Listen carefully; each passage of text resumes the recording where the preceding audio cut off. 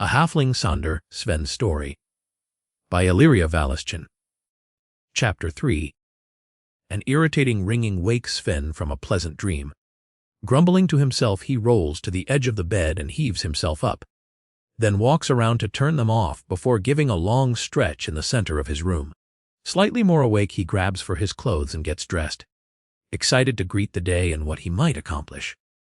Heading off downstairs, he makes his way to the kitchen and picks out a fresh fruit to eat. Stepping out into the morning air, the quietness of the town is felt all around. While most are still curled up in their warm beds, Sven notes that a few shopkeepers have ventured out to greet the day, nodding to each as he passes, observing that some are even getting little display tables set up, in hopes of bringing in some more customers. Turning down another side street, he makes his way across the 2 or so blocks. As he rounds the final corner, he spots Mr. Leatherthimble already hard at work bringing out last night's stretched hides. "Good morning, Mr. Leatherthimble," Sven says. "Good morning, Sven," Mr. Leatherthimble replies. "Glad you can crawl out of bed and join me this morning. Come and help get the rest of the hides out before we lose most of the morning." "Yup," Sven says while rushing forward, eager to start the work. It doesn't take long with the 2 of them working side by side, when Mr. Leatherthimble takes a step back and he begins to count out the hides to himself. A slight frown crosses his face as he does it again. This causes Sven to feel a bit uneasy, wondering if he may have made a mistake. After another moment's pause, Mr. Leatherthimble heads inside and straight for the closet behind the counter. Not wanting to miss an order, Sven follows close behind. When he steps in the doorway, some long poles are thrusted into his arms and Mr. Leatherthimble gestures to the counter. "Something wrong?" Sven asks. "We don't have enough wall space for the rest of the hides to lean against. So we need to put up these collapsible walls for them to rest on. You can build them fairly quick. The instructions should be tied to one of the poles." Mr. Leatherthimble gestures to the pile on the counter. "I'm going to shave some of the hides I got in yesterday." "All right," Sven says as he picks the pile up and takes it outside. Placing the poles and locks on the ground, he begins to search for the instructions, organizing the poles in height as he searches. Nearing the last few poles, he spots it wrapped tightly around the middle of a longer pole. Putting it to the side, he continues to sort out the last few on the ground, then turns his attention to the instructions and begins to read. Each one of the different sizes makes a small section of the wall, giving examples of how it can be made into 3 smaller sections or 1 bigger one. Wanting to make sure that he is understanding, he reads them over a few times, not wanting to recreate the fiasco he did while trying to gain the apprenticeship in Mr. Wormork's shop. Managing to get it down mostly into his short-term memory, he sets down the paper with the smallest pile and begins to build the biggest wall of the options he can create. The first section manages to go up easily for him, and he is able to attach it to the side of the shop. With it standing firm, he grabs a few of the furs and lines them up facing the sun. Checking the location, he can tell that it is almost mid-morning. The feeling of the day is wasting away quickly causes him to hasten his speed. Grabbing the poles for the second section, he places the joints together a bit faster than the first one. When the second section is just about done, the other side gives out and crumbles to the ground. A bit stunned by this, he tries to figure what step he might have missed. As he tries to piece it back together, concern washes over him. "Oh wow, that isn't good." He heads to the door and calls out, "Mr. Leatherthimble, the wood on this one isn't good." Then he walks over to the final wall pieces to see if the same thing has happened to them as well. "What do you mean?" Mr. Leatherthimble asks as he appears at the door. Sven points to the broken second section of wall and says, "It fell apart when I tried to put it together. The first one went just fine." He gestures over to it, the hides already nicely aligned against it, as he continues to work on getting the third wall together. But once again, as he gets to the final lock, one of the sides cracks and breaks. Unsure if he did it right or wrong, Sven walks back to the instructions and goes over it again. Meanwhile, Mr. Leatherthimble has walked over to the second wall and gives it a good look. "Stop everything," Mr. Leatherthimble hollers out. Sven stops immediately, thinking that he has made another catastrophic mistake. He looks over at Mr. Leatherthimble, who is holding a corner piece and shaking his head in pure frustration. "These are infested with wood beetles. They're no good. I need you to go in and find all the destruction in the storage room and fast. Pull out everything." I have to check the tanning stretchers and make sure they haven't destroyed the hides or inventory. Mr. Leatherthimble then storms back into the building, tossing the corner piece to the ground. All right, Sven says while following along. He walks straight back to the storage room and starts his search where the poles had been stored.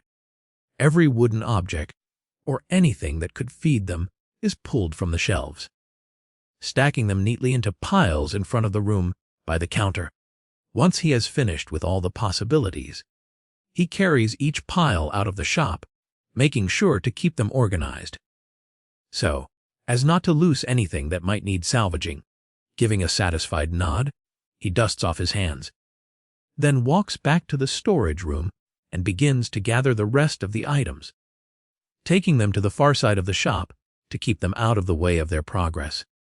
Once all of the shelves had been cleared of everything, he walks to the back of the room and begins to inspect each individual one, looking for any and all signs of the wood beetles feasting in the small storage area. With each shelf, he slowly puts weight on to everyone, looking for any sign of give or waver. But as he does this, nothing gives way. However, while looking closer at the corner of the back shelf, Sven places his hand on the wall. Leaning in further, he applies pressure to his hand only to stumble forward, shocked as if his hand had gone straight through a paper sheet. He pulls it back through the melon-sized hole and gently presses along its edges, nervousness building up as the wall continues to just crumble apart until he reaches the back corner entirely, where the shelf he had been trying to see suddenly falls to the one below it. Sven looks more closely at the hole he has created, with realization of the whole corner is just starting to crumble before his very eyes. With an inward sigh echoing out on a held breath, he stands and walks out the front door, heading straight back to the corner of the building where the storage room had so easily opened up. Rounding the side of the building, his mind racing to find any damage along the outside structure. As he begins to look, a grimace quickly crosses over his face. The sheer amount of destruction is vastly visible. The entire side looks as if it had been shot with a shotgun, starting at the ground and going up to waist height in the worst places. Devastated by the sight that the shop will need some major repairs, Sven looks around to the other buildings and shops, seeing if they have been unknowingly affected by the wood beetles as well. Most of the buildings have nothing outwardly showing of infestation, except for one. The restaurant next door looks to have taken the full-on brunt of the infestation. One whole wall in the back is starting to bow out from the weight of the roof. Sven takes in a deep breath and heads back to the front of the tannery, walking back inside of the building now, the weight of destruction hanging in his head. Letting out a deep sigh, Sven calls out, "It looks like Mr. Glum's restaurant is infested." Mr. Leatherthimble lets out a low groan. "Okay, I will go over and talk to him. Go see if you can have Willa hitch up Cleet to the wagon and get these beetles out. While she is doing that, go to Miss Allie and get her to make a potion to send these beetles packing." Sven gives a nod and leaves immediately, heading straight to see Willa, picking up speed as he sees her throwing some seed in the front yard. The chickens around her quite happy at the food being tossed about. "Willa," he calls out. "Hello, Sven. What are you doing here?" she says, blushing softly. "I wish I could say I was here to just see you, but your father sent me to get you. He needs you to bring the cart with Cleet. The shop has been infested with beetles." He sighs. Willa goes white with the news. "All right, I will be there soon." "How bad is it?" "Really bad. But I am going to help all I can, so it doesn't stop our progress too much." Sven gives her a reassuring smile. "Thank you," she manages to say as she tosses out the rest of the seed and heads off to the back of the house, waving goodbye as she heads off for the little barn behind her home. Sven gives a reassuring breath in knowing that she can handle getting Cleet hitched up to the wagon and to the shop, where her father would be waiting for them, watching her a moment longer, admiring how beautiful she is. He gives his head a shake and heads straight for Miss Allie's, thanking that her little shop is on the outskirts of the village rather than in the center, not really wanting to fight against the hustling and bustling that most are doing now in the center of town. As he arrives at the Elixirs of Whimsy shop, Sven gives the doorknob a quick turn and push, only to find his body smashed against a locked door. Feeling a bit awkward, he glances down at the watch on his wrist.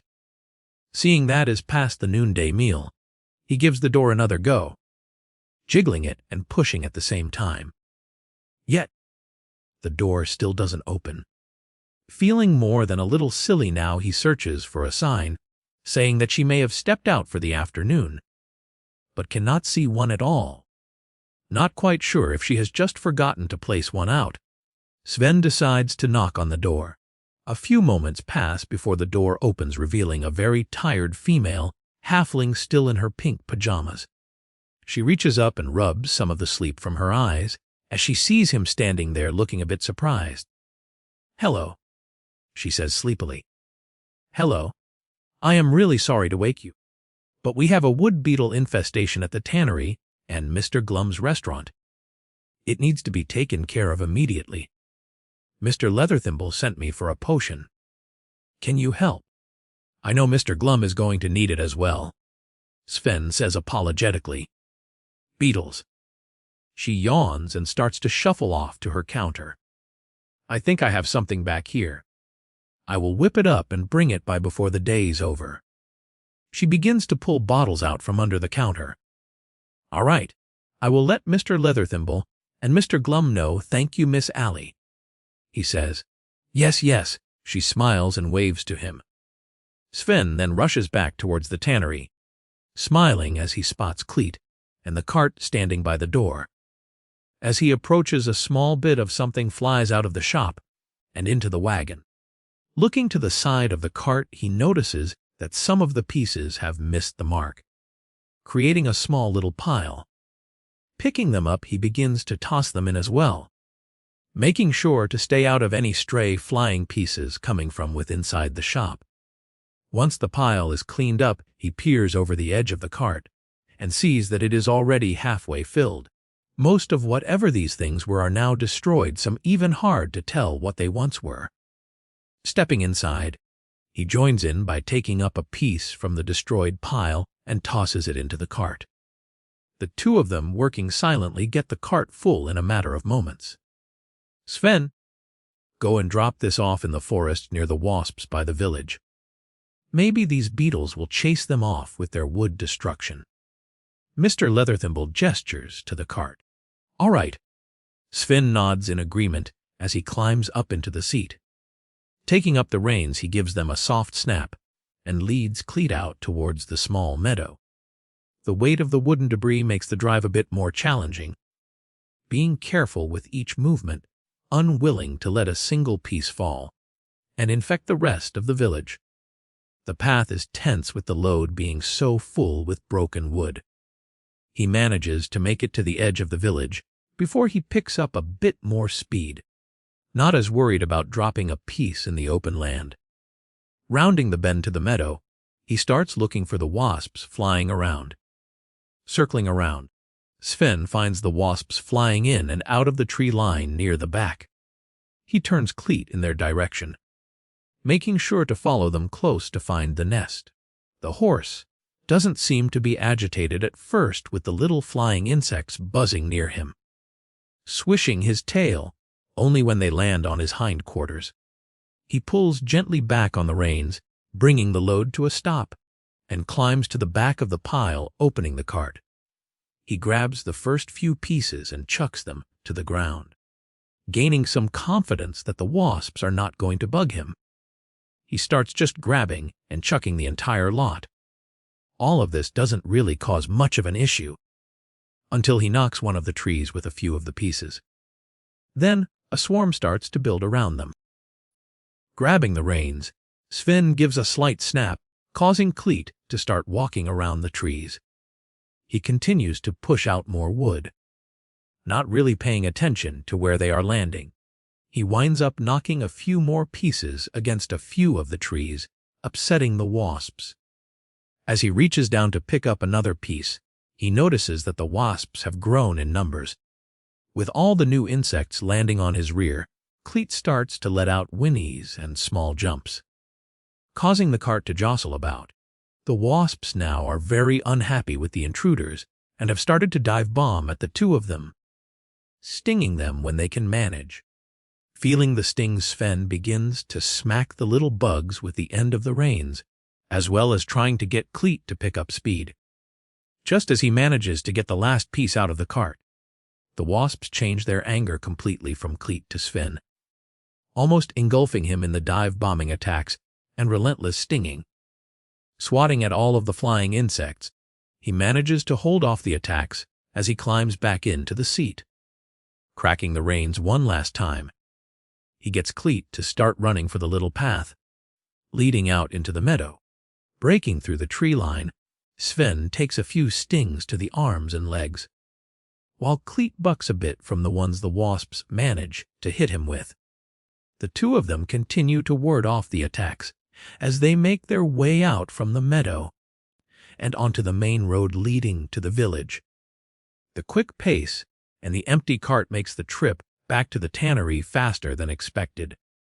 As he pulls up to the front, he looks back into the cart to make sure that nothing was left inside, then directs them back to a stop in front of the hitching post. Climbing down, he ties the reins off and walks around to the back of the cart. He gives it a more thorough inspection, making sure to kill any last little stragglers. Once he is sure there are none, Sven heads to the side of the shop where he had last seen Mr. Leatherthimble working. Rounding the corner, he is faced with yet another pile ready to be loaded up and taken to the meadow. Standing beside it is Mr. Leatherthimble, taking note of what had been lost to this massive infestation. "You have another load to take out." Mr. Leatherthimble gestures. Looking at the pile before him, Sven turns to get Cleet and the wagon. Getting set up, he begins to toss the pile in. The work goes quicker this time as the pile doesn't really need to be sorted or cataloged for replacement. As they finish tossing it in, Sven looks up to see that Miss Allie is heading straight for the shop. "Oh, hi, Miss Allie," Sven waves. She holds up a little bottle and waves to the two of them. "That will be enough for both shops." Sven looks puzzled. "It should be, unless you have a massive infestation." She smiles. Yeah, it's a rather sizable infestation." Sven points to the back of the shop as he guides her to where the most extensive damage can be seen. Following a little nervously, Miss Allie looks both buildings over. "Oh my, I don't think I made enough. This should get you started. I will be back." She manages to give the bottle to Sven and shakes her head, a bit bewildered. "I will be back as soon as I can," leaving him and Mr. Leatherthimble to handle the rest of their work. "Here is the first treatment. I am going to haul that second load and hurry back," he says to Mr. Leatherthimble. "Sounds good. See you in a bit." Mr. Leatherthimble takes the bottle. "I will just get what I can spread out here and hopefully get the rest started." Sven climbs back up onto the bench and snaps the reins to get Cleet walking. Heading back out to the meadow once more, he makes sure to keep a slow pace like the first time, so as to not jostle this load out either.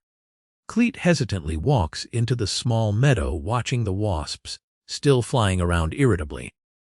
Not willing to upset the wasps anymore for the day, he drives Cleet to the back of the meadow, making sure to avoid as many of the wasps flying around as possible. Finding another point of entry into the trees, he turns Cleet around and has him back up. Not willing to go as far as he did the first time, Sven stops and climbs down off the seat. He ties the reins to a nearby branch and then proceeds to unload the cart, taking his time to make sure all the wood and bugs are gone. He even grabs a nearby pine branch and sweeps out any lasting bits of dust. After making sure that there isn't any beetles left, he unties the reins and climbs back onto the bench. Giving a quick flick of his wrist, a small crack is heard faintly echoing out. Cleet begins to walk slow and steady forward through the little bit of trees. As the meadow opens up, a small held breath is softly released, while they head for the main road and back to the town. Looking down at his watch, he sees that most of the day has passed. The pain in his stomach causes a low, grumbling sound acknowledging that it has been a long time with no food. Rubbing his stomach, he guides Cleet back to the shop. Stopping right outside, Sven ties Cleet up to the post and heads inside the tanner, immediately stopping as a wall of putrid death slams into his nostrils. The smell happily wafting quickly around him, drawn to the outside world. He manages to choke back his bile as he enters the building. With his eyes watering, he tries to find where Mr. Leatherthimble might be. Mr. Leatherthimble, are you hungry? The smell around him makes him even question the hunger. Would you like me to get you a sandwich? Mr. Leatherthimble turns and nods. Yeah, that would be great. The two of them exit the building, leaving the putrid smell to slowly leave through the open doors. Each of them inhaling deeply now that they are both outside. They begin to cough. Looking at Mr. Leatherthimble, Sven says, I'm going to go to Cleo's. I will bring you back a sandwich. With a surge of another coughing fit, Mr. Leatherthimble nods his head. With that acknowledgement, Sven straightens himself out and heads straight for Quinn Cuisine, his stomach starting to growl again with the thought of food. As he approaches, he spots Cleo out front cleaning the outside tables and chairs. Hi, Cleo, he says as he approaches. Looking up, a smile beams across her face. Hello, Sven. How are you this early evening? Starving. Could I get 2 sandwiches to go? The normal. She looks a bit surprised. My normal and whatever Mr. Leatherthimble likes. Oh, okay, it will take a moment. She pats his shoulder and heads inside. Taking his time, Sven sits down in a chair and looks out into the square, watching as the other halflings bustle about. Cleo comes back a few moments later and sits down beside him at the little table. She gives him a good look up and down, waiting expectantly. Feeling her gaze rake over him, he begins to feel worried that he is still covered in the debris, or that he may have a beetle crawling around on his clothes. With dread in his expression, he asks, Something wrong? Something happened last night. Did you take my advice? Or are you still waiting on Kerp to come around? She eyes him expectantly. Oh, I took your advice. I found Willa's favorite flower and went to find her. I tracked her heading out of the town towards. He gives a slight shudder at the thought once more before continuing on. I raced until my lungs felt like they were going to burst and got to her, just before she knocked on his door. I gave her the flower and then she let me chase her to the willow. I caught her and followed her home. Then right after that I went straight to her father's shop to become his apprentice. I was busy the rest of the night and most of today. Glad you came down to the land. She smiles happily to him. How are you going to tell Kerp? I'm not going to. You are right. She is not a little girl anymore, and it's her choice. If her father doesn't approve of me, I feel I will know soon enough. But at least now she knows someone wants to chase her. Cleo giggles at this. I am sure you will get it all worked out. A little bell rings out inside the restaurant. Standing, she heads for the door. Sounds like your lunch is done. Looking down, Sven says, I hope it shows, 'cause I really mean it. She gives him a soft smile before walking inside, returning just a moment later with a bag in hand. Here you go. Thank you. I will settle the tab for this later. He looks at her hopefully. Okay. She looks at him. But not too long this time, please. She waves him off as she begins working again. Sven turns and walks away, when his eyes catch a very strange sight. Someone obviously struggling with one of the largest bouquets he had ever seen. This bunch of flowers swaying back and forth, as if it were walking on a boat in stormy seas. Tilting his head to one side, Sven is confused as to what could possibly be going on. Do you need some help? He calls out, dumbfounded as he manages to finally see that his friend Frit is the one behind the flowers. No, I don't need help, Sven. He says a bit out of breath. Is Cleo near? She's in the restaurant. Want me to get her? Sven smiles widely. No, I got it. Part of the game, you know. Frit manages to adjust his hold on the flowers and struggles on towards the restaurant. Watching his friend walking away, Sven can't help but watch the scene unfold before him. Frit manages to reach the front of the shop and calls out very loudly, "Cleo!" She immediately heads for the door. What on earth? Frit drops the flowers all around her. Dropping down to one knee, he begins to sing so off-key that it makes Cleo turn bright red. He continues to sing on and on until he has her laughing out from his horrible cat screeching songs. Finally, when she can handle no more, she bends over and whispers something in his ear. He stops singing and beams a big smile across his face while nodding. Cleo straightens the front of her apron and then heads back inside. Frit stands and walks to Sven, who has a very confused look on his face. Frit then does an over-exaggerated bow before him. Good show, Sven asked, confused, while holding back his own laughter. It won me a dinner with her tonight. Frit chuckles to himself. That's the ticket. Sven gives him a hearty smack on the shoulder. Tonight or soon, I hope. Frit smiles widely. Well, gotta get myself somewhat presentable. Yep, have fun, Sven says, then heads back to the tannery. Hesitating a moment before entering the shop, Sven tries to see if Mr. Leatherthimble is still outside. Unable to find him, Sven slumps his shoulders before opening the door, upon entering holding his breath slightly. He sees Mr. Leatherthimble on the other side of the building, working on some of the hides.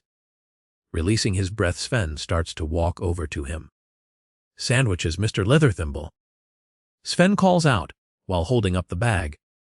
Mr. Leatherthimble pauses and looks over with a bit of relief on his face. Good. I could definitely use the food right about now. He finishes with the last hide before joining Sven at a workbench. The two of them eat quickly in silence as Mr. Leatherthimble writes a few things down on two separate pieces of paper. Not wanting to appear lazy, Sven finishes eating and begins to straighten things up, collecting the hides and placing them into stacks. He works quietly as Mr. Leatherthimble finishes writing. Sven, I need you to run these lists over to the smithy and the carpenter so they can get started on what I have lost from this fiasco of beetles. Once you are done with it, you can go tell Kerp what has happened and that he needs to bring in the rest of what he owes the shop so I can make the purchases to fix it, he says. Nodding to the simple orders given, Sven grabs his pack and heads to the door with the two pieces of paper in hand. Making sure to note which one is to which, he puts the list for the smith in his pocket and heads for the carpenter's shop first. It is the closest one to the tannery. It only takes a few moments to reach it. He knocks at the door and waits patiently. The door opens and the carpenter answers, Hello. Hello, Mr. Leatherthimble has an order. Sven holds out the piece of paper. Seems we had an infestation of wood beetles. Taking the paper and looking it over, he says, Beetles? Hope they aren't spreading. They might be, but we have Miss Allie working on a treatment. Sven says, hopeful. Well, that is good. He looks the list over some more. This is quite a list. It will take at least a month to get it done. Sven gives a small shudder. Okay, I will let Mr. Leatherthimble know. The carpenter gives a nod and closes the door.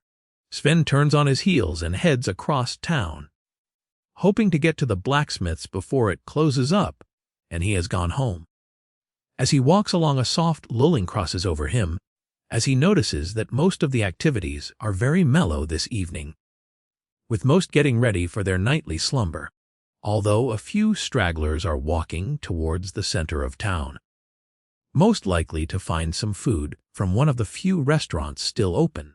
Sven's own stomach gives another little grumble at the thought of more food. As he rounds the corner, he spots the blacksmith just shutting the door. Hello, Sven calls out. The blacksmith turns to see who's there. "Hello, I am just closing up," he responds. "I have an order slip for Mr. Leatherthimble," Sven says as he holds out the piece of paper. "If it wouldn't be too much trouble. I want to make sure I got this to you tonight." He holds out his hand to Sven and takes the paper. "Really, let me see." He looks it over. "It will take about a day." "Great, thanks. I will let Mr. Leatherthimble know," Sven says. The blacksmith gives a nod and finishes locking up his shop. With both pieces of paper delivered, Sven decides to take the news of how long it will be back to Mr. Leatherthimble. Going around the village center to avoid as much of the foot traffic and smells as possible. His stomach already wanting more food from all the hard day's work he has done. He manages to get to the shop in time to see Willa walking Cleet and the cart back home. He grins widely as he passes her, turning bright red.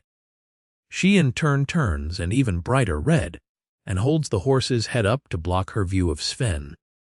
A bit more embarrassed than what she wishes to admit to. Sven lets off a soft sigh of happiness as he enters the tannery, looking for Mr. Leatherthimble to give him the news on how long the orders will take. "Mr. Leatherthimble," he calls out. "I got the orders in. The blacksmith will be a day or so. The carpenter said it will take a month." A frown crosses Mr. Leatherthimble's face on the last statement.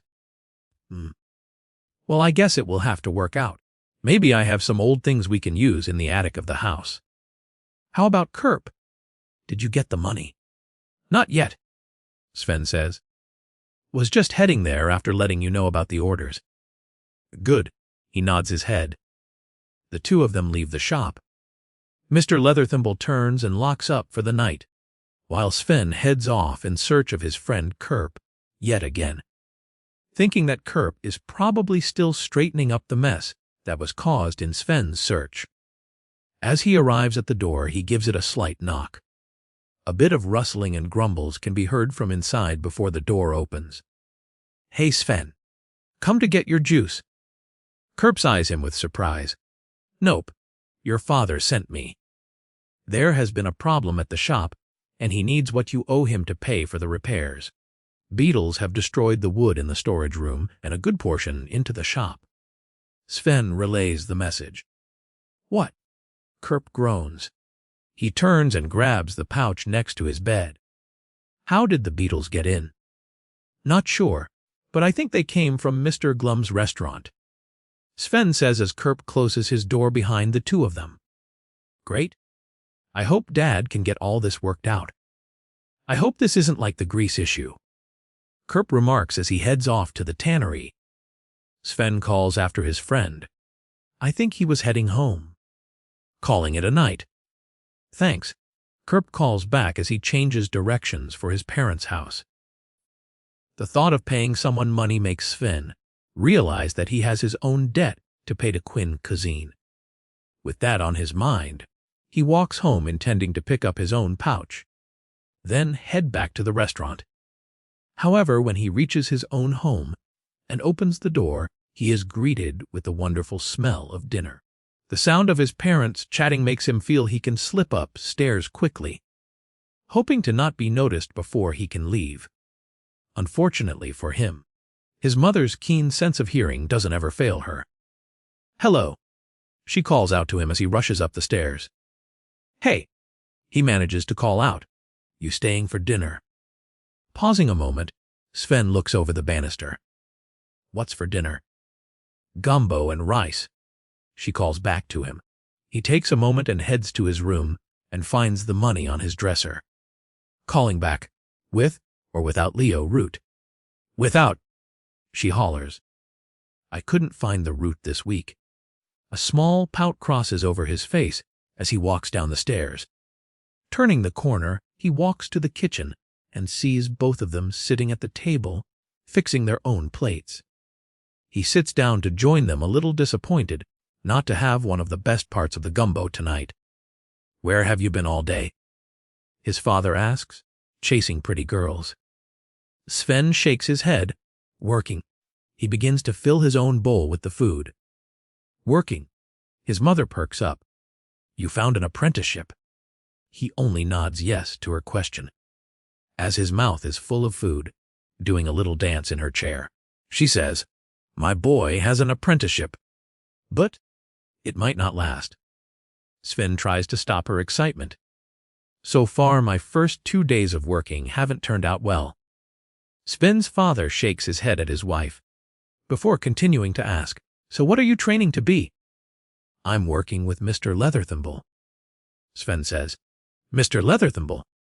Well, he is a good man. Is this a favor for finding where his son got off to? His father asks.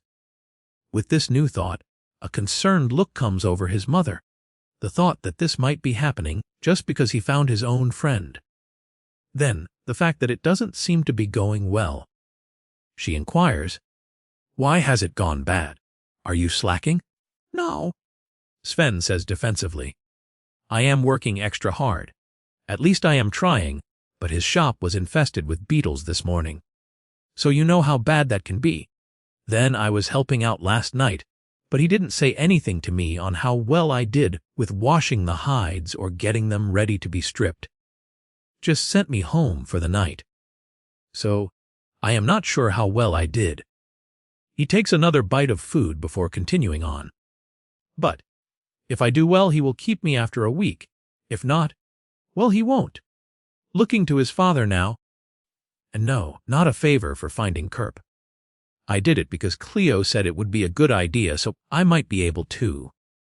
He then stops abruptly and shoves more food into his mouth, not wishing to let out anything else, or his mother might get way too excited for the evening. Be able to what? She looks over at him curiously. Turning bright red now, he shakes his head, not willing to say anything else on the subject. Sven, what are you hiding? She pushes for more information, seeing that she is about to pry the information out of Sven. His father chimes up, Oh, leave it be, Edith the boy doesn't want to share yet. A nodding with agreement. Sven says, Too early to know. Oh, you too. She soaks a bit, but starts to eat her dinner. The rest of the meal passes quite quickly as his parents continue their conversation of the day. Sven manages to eat another bowl of gumbo and then places his plate in the sink, giving a quick kiss to his mother's cheek and a nod to his father. He then leaves the house, heading straight to Quin Cuisine. It doesn't take him long to reach the restaurant, where a few halflings are hanging out for the evening. Sven quickly spots Willa with some of her friends enjoying an evening treat. He gives her a slight wave when she sees him and then heads inside. He walks to the cash register and waits patiently, while the customer ahead of him is helped. As they finish up, he steps forward smiling as he says, Hello, Mrs. Quino. I'm here to settle my bill. Oh, okay, she smiles and pulls out the tab book. 31 slips this time, Sven. Giving her the money, he says, Thank you. How's it going? He motions to Frit and Cleo outside. Well, he certainly is winning her over. Probably faster than she is wishing to admit. But he will be having some competition here soon. My friend Rachala and her 3 sons will be visiting, and you know the triplets have reached the age too. So she grins, holding out the change. I think Cleo is trying to hold out and make Frit really try when those boys get here. No, that's the tip. Sven motions for her to keep the change. Going a bit pale as the news sinks in, he asks for clarification. The triplets. She nods with a smile on her face as she places the extra change back into the till. He then mutters under his breath, Well, there goes my chances. With the news of the triplets coming to the village, he is quickly deflated from any positives he had been feeling as of late, knowing that most of the girls in the village were very fond of the boys and their charm. He fears that all was lost for him and Willa now. She most certainly would go for one of them over him. He slowly walks out of the shop now, completely absorbed in his despair that he misses Willa giving him a slight wave. Seeing that he didn't notice her little wave, Willa runs over to him. Sven, she calls out with concern in her voice. Looking up, he sees her standing beside him now. Everything all right? she asks, slightly fidgeting with a string on his sleeve. I'm not sure what to do with competition coming in. He looks up at her with glossy eyes. I will try my best. But you know my luck. Well, she touches his cheek and turns bright red. You probably are more lucky than you know. This makes him grin and blush even brighter, planning on any late-night walks, perhaps to a meadow. She looks down and shakes her head. Unfortunately, I have to do a lot of seamstress work for the upcoming wedding for Dinah and Mr. Glum. Well, it always brightens my day when I get to see you. He blurts out. Willa gives a little giggle. It's always wonderful to see you as well. Fidgeting a bit more, he softly says, Don't forget hints, so I know when to have your surprises ready. He looks down, unable to face her now, his face a bright red. She gives a soft giggle. Course. Dropping her handkerchief in front of him. She then turns and runs for home. Sven watches as the soft blonde curls of her hair bounce as she leaves. A brief moment passes before he bends down and picks up the small square piece of fabric. The edges lined in the hand-sewn ivy and leaves, leading down to one corner where her initials had been embroidered. He gently strokes the letters before chasing off after her, allowing her to make it all the way home. He watches as she opens and begins to shut the door. As the door closes, he sees a soft smile cross her face. A small smile pulls at the corner of his mouth as he looks down once more at the simple piece of cloth, his mind swirling with the happy possibilities she brings to him. The thought of the future with her and how happy the two of them could be. All of these thoughts pass through his mind while he makes his way home, his body letting him know that the day has been long and strenuous. As he enters his home, a silent calm washes over him. Climbing the stairs, a yawn escapes as he goes.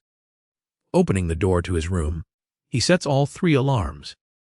Wanting to keep the good stance, he feels he has started with Mr. Leatherthimble. Heading to the bath, he gets cleaned up, making sure to get all the sweat, beetle and wooden bits off. Feeling a bit more relaxed, he settles down into bed, his mind wandering to the situations that have happened earlier. He begins to wonder if Mr. Leatherthimble will blame him and his luck of misfortune for the beetles. If Willa was serious, and that he has better luck than he knows. If the triplets will be able to get any of the girls in the village. Giving his head a small shake and another yawn, Sven draws the covers up over himself and tries to get some sleep, knowing the day tomorrow will not be easy. Thank you for listening to my story. If you liked it, please like and subscribe and hit that bell for notifications.